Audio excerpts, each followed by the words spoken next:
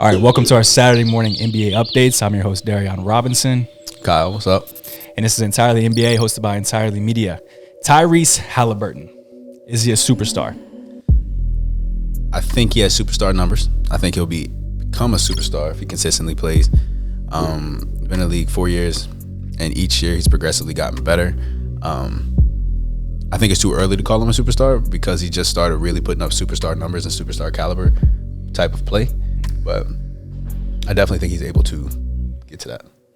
When we talk about superstars, what are some of the what's some of the criteria or qualities that actually make a superstar, in your opinion? I'd say scoring for sure. You have to make the people around you better. You have to be able to cut it off. I was gonna hold that one at the end, but I had to switch it up. All right, go ahead. Crazy. Now I got no argument. Go ahead. All right. Well, scoring for sure. You got to be a leader of a team. And I don't even want to say like assist, but you got to be able to carry a team. You got to be there for the big moments, be able to show up when it's the big moments. And yeah. That's fair enough. So when we look at Haliburton's numbers, right? Right now he's at 18 games played, 34, almost 35 minutes a game, about 27 points per game, 4 rebounds a game, and damn near 12 assists a game, which I think he just went over that threshold. So when you talk about number-wise, if we put those statistics on someone like Kyrie Irving, if those were his numbers, right, it'd be undeniable that he's a superstar in the league. Now, is that because Kyrie has a history of winning and a pedigree? Or could we put those numbers on any player at a high level with a team that's winning and say they're a superstar? Like, what does it really take? I feel like when Kyrie's coming to the league, like he played 9 games in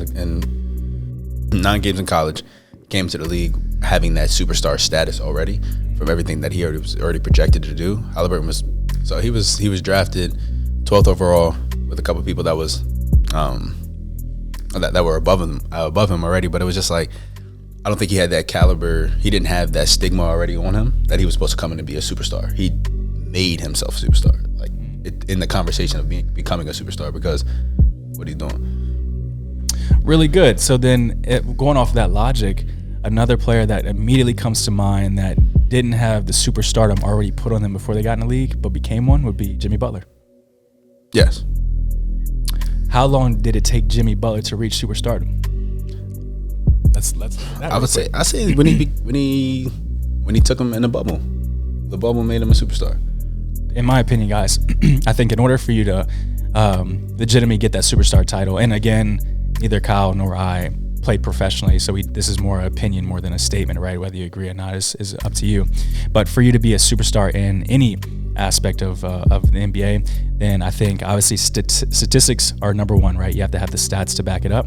2 would be some type of winning history behind your name. So for Tyrese, obviously they're winning right now. They're doing really good in the East. So if he makes a solid playoff run this year, and obviously takes home this in-season tournament too, that would help his case.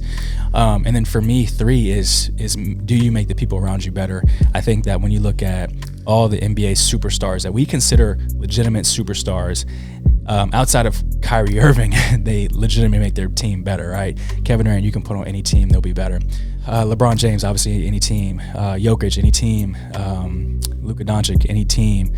Jimmy Butler, any team. Kyrie, that's the one that's an anomaly, right? And so I was telling Kyle right before this, for these, a lot of these metrics to really work, it just has to be about 90%. And that's kind of where we're at with like who's a superstar, who's not a superstar.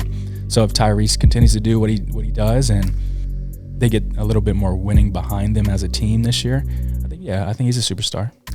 Oh yeah, I definitely don't want to make it sound like I don't think he'll be one. Kind of just piggybacking off what you said, like obviously we didn't play in the league, but at the same time, like we still know the game. I don't think he's not going to be a superstar. Like it's, especially with all the superstars being 35 plus for the most part, like he is part of that conversation of being like the next batch of superstars to be in the league when they taking over. So like it's just I think sometimes like it's sometimes just us as spectators, they start looking at it and being like, oh, he scored 50 points, automatically a superstar. It's like calling Maxey a superstar now. He's not a superstar yet, but he is very capable of doing it. Like, and I think it also depends on the system that you're playing in. Like, once you start giving them the keys, like, after that, it's just like, it shows your confidence. They all made it to the league, so they're good enough. Really good point. And I guess another player we can look at in terms of history would be James Harden, right?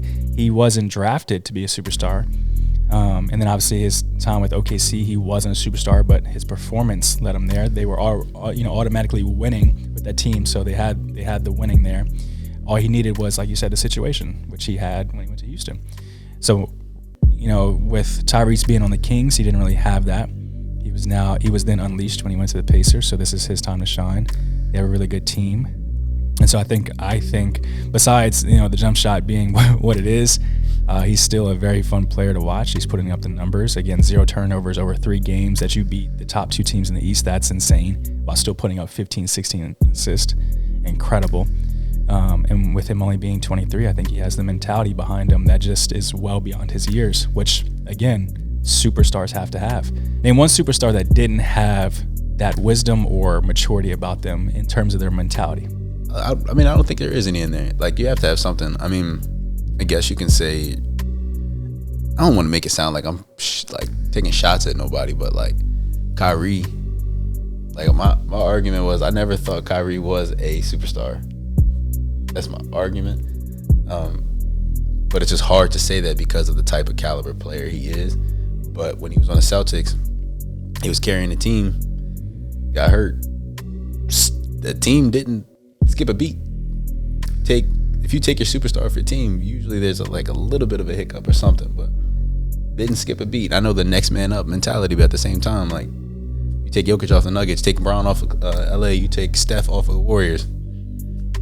They're not even being spoken about anymore. Going off of that logic, so Harden's no longer a superstar. No. I like that. Okay. I agree with that. So Harden's not a superstar anymore because you can remove him, and obviously they got better. They got better. Like, Kawhi and PG are either one of those superstars? I want to say yes. To both? I want to say yes to both, but they're just, like, right now, they're not superstars. They're not superstars. They're capable of being superstars, and if they just randomly just go crazy for the rest of the year, it wouldn't be like, oh my gosh, like Kawhi and PG, they're playing great. I mean, but is the expectation that they have, like Indiana PG, superstar. Like, you know what I'm saying? Kawhi, Toronto, superstar. You know what I'm saying? Like, these are people, like, you clearly saw that they're there now. I mean, I think a lot of it has to do with chemistry when it comes to the Clippers, but at the same time, like, right now, they're not superstars. Jason Tatum? Yeah. Jaylen Brown? It sucks because he's shadowed by Jason Tatum. He's like, so they're such a identical players that, like, he's shadowed by Jason Tatum. They're literally almost the same exact player. So are you saying that in order for Jaylen Brown to become a superstar, yes, he'd have to leave Boston and get into a situation where he can be unleashed more? Yeah. Because they bring the same thing to the table. It's just like, whose night is it going to be? But it's just Jason Tatum's night more than it is Brown's. And he has less holes in his game. That's a fair point. Okay. Are you picking Jaylen Brown over Jason Tatum? No, fuck no. That's what I'm saying. Like, so it's just like, yeah, I don't. And again, no shots at nobody. It's just like, from watching the games, it's just you see who the star players are and who, because superstars, I feel like superstar, like that label to put on something, like all-star is all-star, but a superstar, like that is very unique company that you're with.